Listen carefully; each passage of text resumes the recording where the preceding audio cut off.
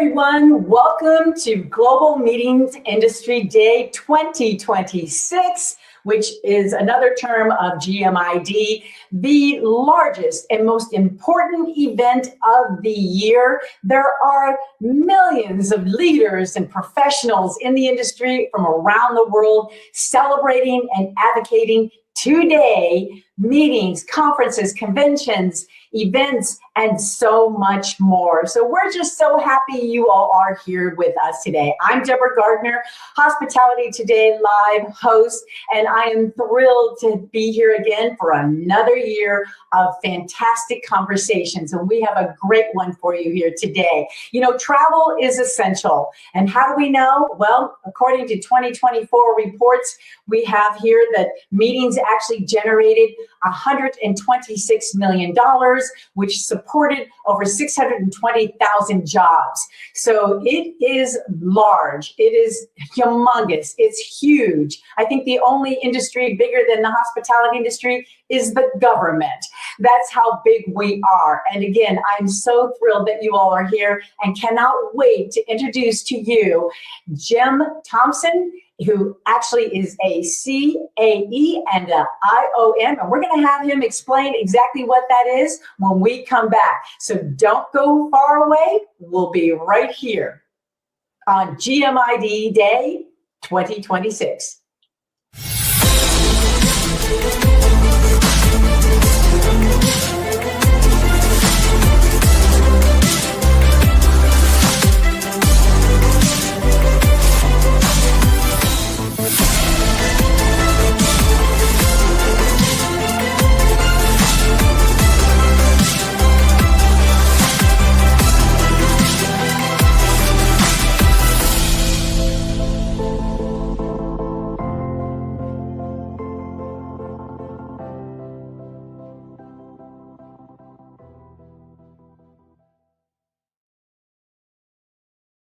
Day 2026. I am so thrilled again to be here as your host on Hospitality Today Live.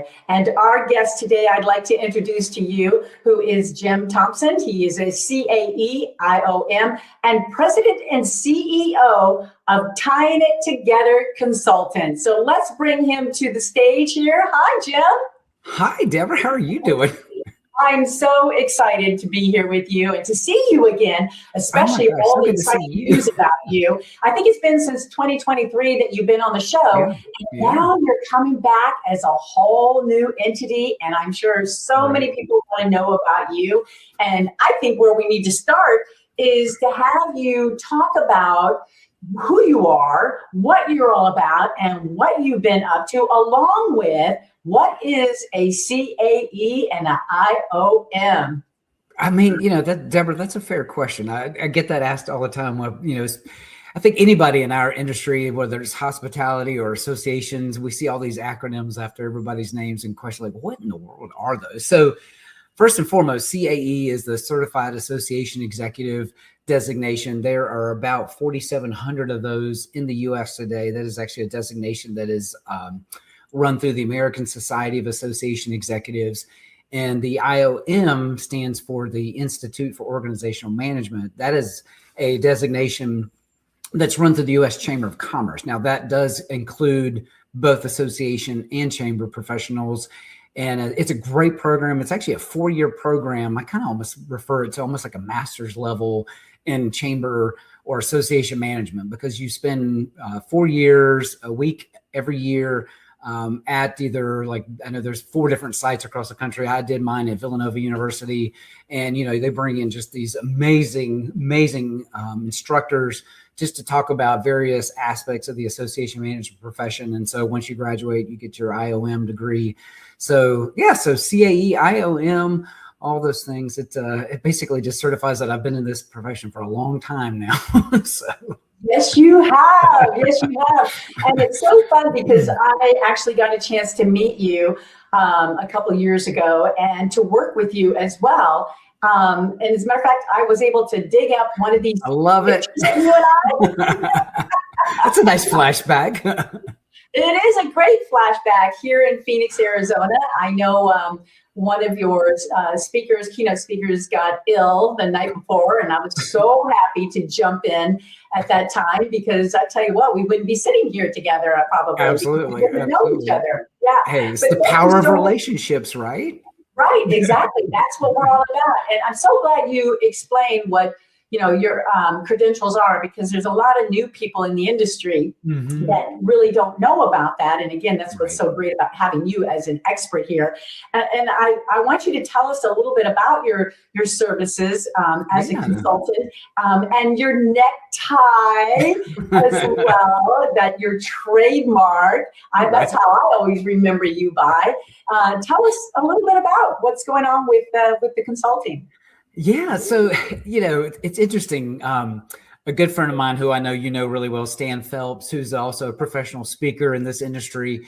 Actually, when I was first starting my business, or at least had the initial concept of the business, I had my website up, and Stan did me the great favor of looking at my website and absolutely tore it apart.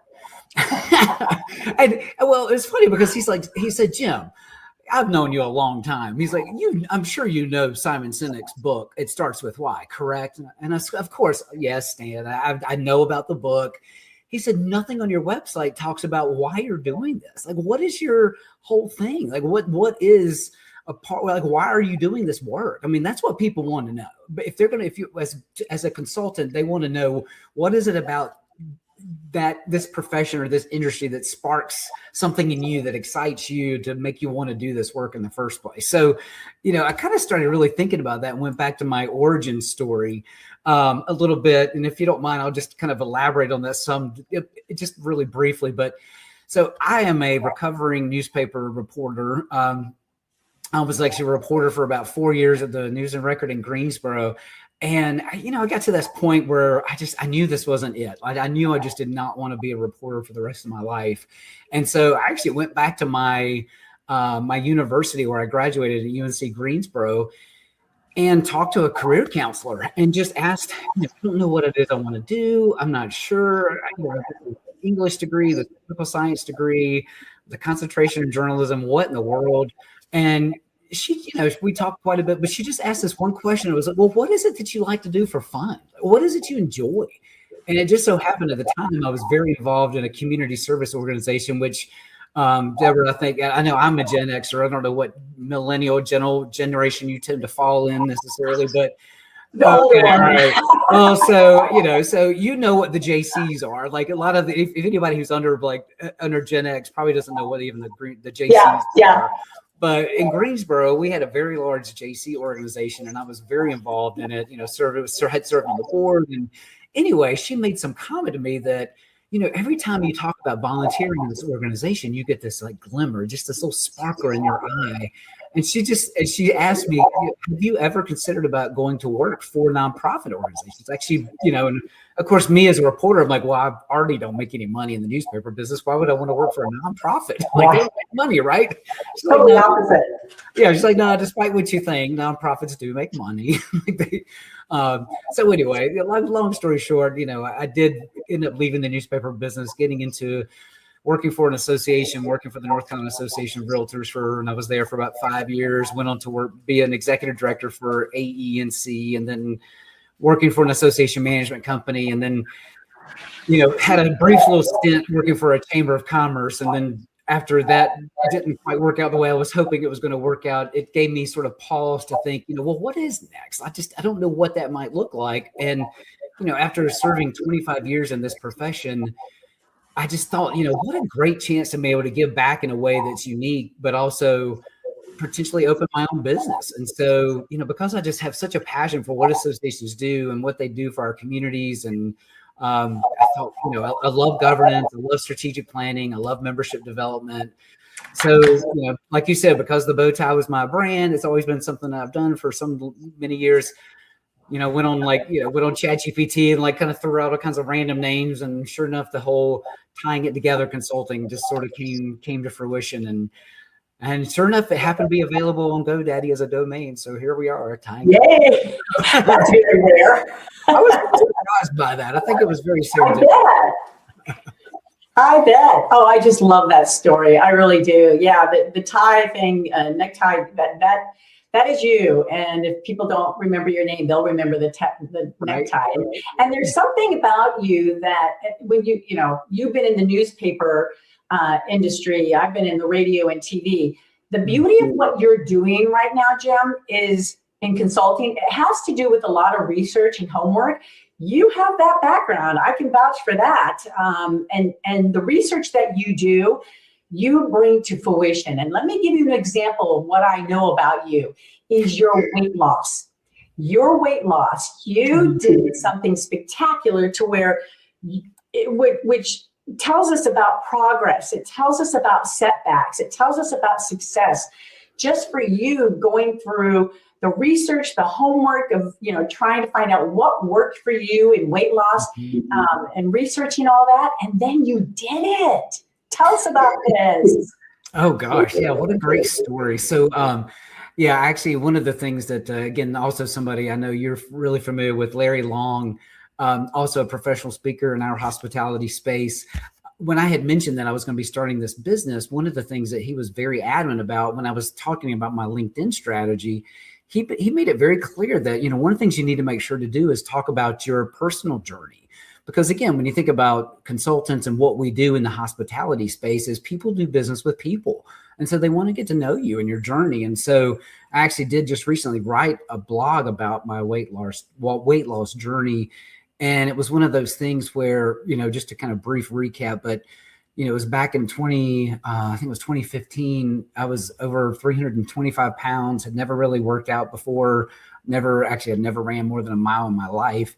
Was on an amusement park ride, or was trying to get on an amusement park ride with my daughter. And as we were getting ready to get on it, the gentleman looked at me and kind of leaned in my ear and asked me how much I weighed. And when I told him, he kind of leaned back into me and said, sir, I'm sorry, but you can't ride this ride together with your daughter.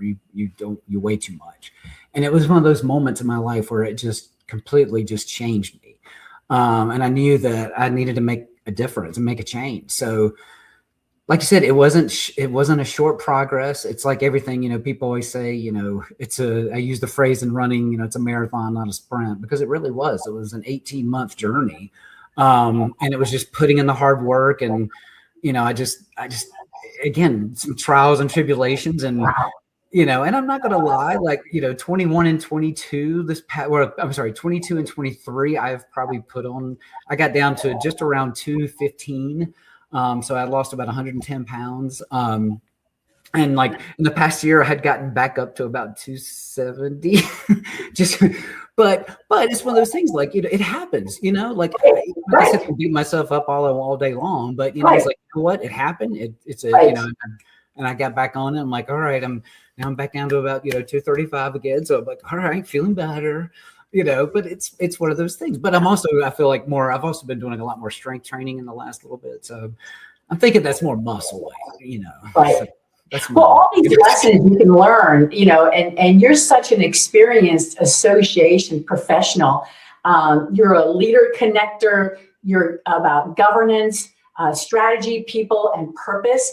And you even bring that into your personal life is what you're stating. And so that's very, very admirable. I'm very proud of you. And, I don't believe there's ever a destination. There's no finish line. You just every day make yourself better than the day before. Then you 100%. are being successful and you are being 100%. A winner. So good for you. Good for you. Now, every day.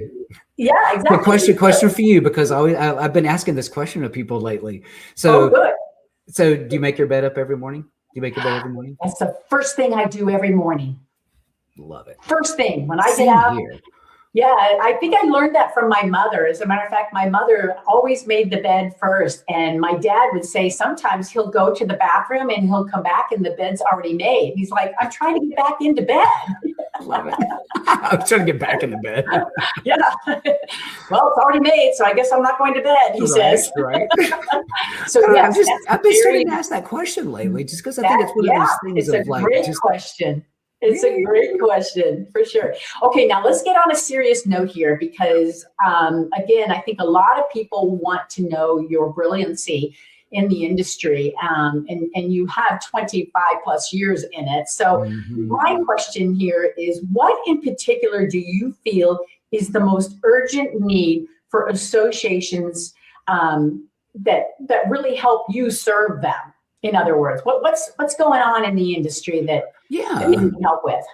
Well, I think, there's some, I mean, as you know, I mean, like things change so rapidly. I mean, we are seeing things, just 2 years ago, we weren't even talking about the use of, Claude or Gemini or ChatGPT in the workforce like we are today, but now it is literally like a topic of conversation all the time. So I think for organizations, really thinking about how their strategy and how that interplays with how their governance and their membership interplays with each other. I use this particular example, so many organizations years ago would put together these massive, 3 to 5 year strategic plans and think that was, the end all be all. And, I'm almost to the point of when it comes to developing strategic plans is thinking a little bit, almost really more short term in this almost like a 2 to 3 year window, just because again, organizations have got to realize that they've got to be more nimble, more versatile, more innovative. Their members are expecting that. There was a recent study that was done in, I think it was Forbes magazine, that when they surveyed different CEOs, so many of them, because of just the uncertainty of the economy, aren't spending as much time in innovation as they used to be. So it's really upon us as the association community and the profession and industries that we serve to sort of be that innovation outfit, to be that sort of, I guess you call it an incubator of ideas. So, if we can kind of do that with our strategic planning and our governance in that sort of 2 3 year window to continuously be nimble, be quick, be forward thinking, just constantly realizing that change is evident, change is apparent, and it's going to happen. So that's kind of where I'm going with my consulting firm, is like just keeping people, trying to keep people at the forefront of what's happening all the time, and always, whether it's developing your board agendas like that, whether it's developing your committee reporting structures like that, whatever the case is. I mean, that governance has to flow through the entire organization. They all have to be pointing up and rapidly. Yeah, for sure. So what do you see as some of the biggest drivers of change for association professionals, especially new people that are coming up into the industry? What are those biggest changes that they need to know about? Like, give examples. Yeah, I mean, I'll go back to the AI.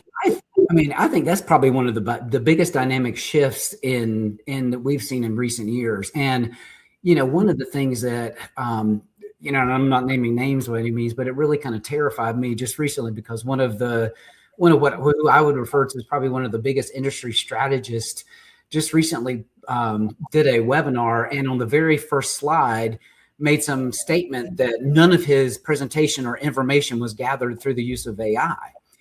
And here I'm like, you're supposed to be one of the most innovative, forward-thinking people, and you're not, and you're actually telling people that you're not even using AI at all.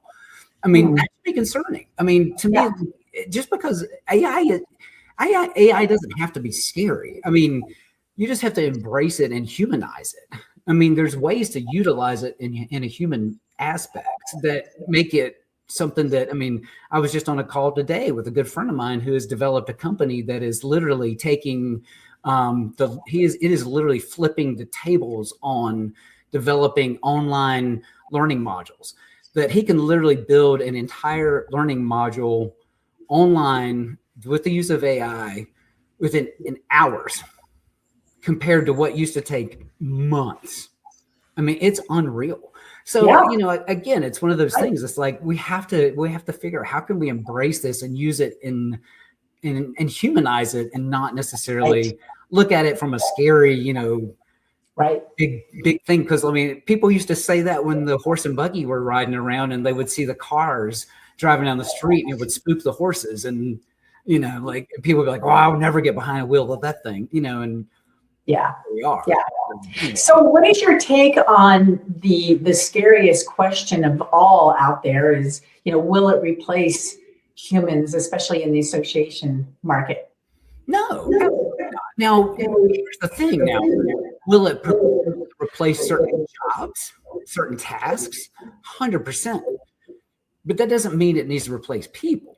There's a big difference between replacing tasks than replacing people. You know what I mean? I mean, we've seen that happen from in the Industrial Revolution all the way up to now, where, we've modernized technology. It's just a matter of retraining and reschooling.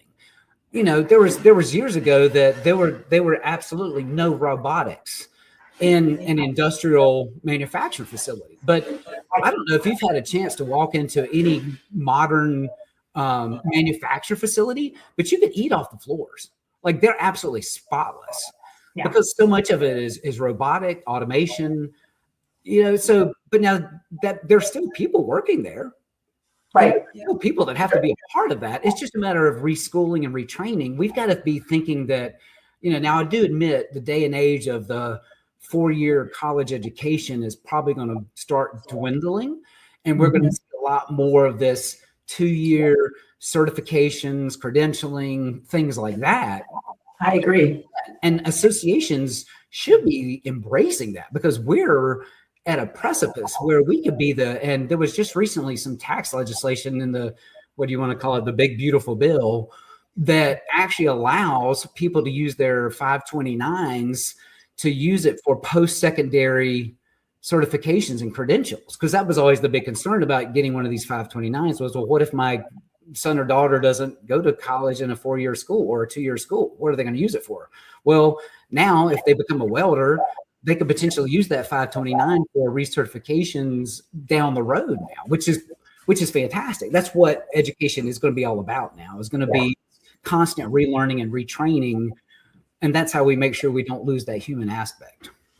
Yeah, I believe learning is a constant, like you mentioned. I just also believe that people, especially in the association market, need to continue to use their brain and creativity more than ever. And AI, like you said, is going to be there to help enhance. But bottom line, you got to keep your brain, your creativity, your mind, your thoughts on the table as well. So we need that human touch more than ever. And I think no matter what events we especially attend to, face-to-face will always be there and should be there. But it's a matter of really utilizing your own, knowledge and wisdom and thoughts and creativity as well. Right. Absolutely. Yeah, so for sure. But what I love about what you're doing is I think the association market can definitely utilize your services in order to make something like that happen. And that's why I'm just so happy when I saw the announcement of your new business, it couldn't have come at a better time. Let's put it that way. Absolutely. No, absolutely. I mean, that's, one of the key drivers when I think about starting this business is I was talking to a good friend of mine does some contract work for ASAE, and he had mentioned that he had a client that he was working with who had this like grandiose plan as it related to, I think it was like a trade show or some advertising. I can't remember exactly the specifics of it, but when he was talking with them, he asked the question of, do you have a strategic plan that's calling for this? And their response was, no, we just thought it was a good idea. And it's like, and he was like, man, if I had just had you, Jim, to like come in and like help them actually come up with a plan first before they decided to, because how many tech companies or AMS vendors or, non-dues revenue organizations or speakers, conference designers, whatever, like people come to them with these grandiose ideas. And then you ask the question, like, so now what initiative or tactic is this in your strategic plan? Like, what objectives is this supposed to accomplish under what goal area? And they're going, I don't know. We just thought it would be a good idea. Somebody brought it up on a committee meeting. It's like, so, exactly. So it's not part of your strategy? Is that what you're saying? Right. And it is all about strategy. And I think that's something that we're lacking today because we're getting so caught up on what's happening in the world and not really paying attention and focusing on what's in front of us, what can be done in front of us, and at least take care of what's in front of us. And the only way to do Absolutely. that is strategically wise and Yeah. being focused. So this is, again, why it's just so exciting to have you on board. And I just know that you're going to be very, very successful. And any association would be so lucky to work with you. I had that pleasure, and I've always remembered that. And you really know how, from different angles of the industry, you already know. You've been a planner, you've been an event planner, you've been the not supplier side, you know it all, and now you're just tying it all together. That's a lot. You did good. I'm impressed. I ran right into that one, didn't I? I love it. I could have teed that up better for you. That's funny. That's funny. Well, I do have one more very important question to ask you, and I know everyone is going to be wondering what it is as well. So what your answer is, and here it is. What does GMID 2026 mean to you? Well, without the meetings industry, associations would be basically organizations that are all about just advocacy, governance. I mean, nothing else. I mean, when at the end of the day, one of the biggest ways that an organization can contribute to its member engagement is through its meetings and events. And so to be able to celebrate this week around the hospitality space, around our meeting space, I was so tickled to hear during your build up to today's show around the uptick in meetings and events, because again, it's such a, there's so many people that work in this space, and it does go to show you that no matter whether there's AI or whatever the case is with technology, whether we've gone from, fax machines to email to now AI, we've never lost the people component of that that in-person meeting, that nothing can replace that, So I'm excited to see that now here we are 6 years removed from the pandemic, literally 6 years, not almost this week, that the meetings industry is building back up stronger than ever. Because again, there's really nothing that can replace that ability to be able to get people together, share ideas, share knowledge, make their industry better. I mean, there's just nothing like it. Yeah, it really is. We're very lucky to land it in this industry, because the broadcast journalism industry, that was great to experience. But I really enjoy this industry, and I know you do as well. Oh, gosh. I'm just so I just know many people are going to be wanting to talk to you and to work with you. So how can they get in touch with you? Well, we've got some information here. Go ahead and let us know here, Jim. Yeah, sure. So just my website is tyingittogether.com. You can feel free to email me at jim@tyingittogether.com as well. And there's a booking link on the top of the website. So if you want to just, if you're intrigued and just want to book some time and chat and talk about how we can help reduce some friction in your organization, whether it's governance or membership, glad to help you out. Oh, good. Well, this has just been such a delight. I know it was quick, same here. But you're busy, and we want to make sure that you actually get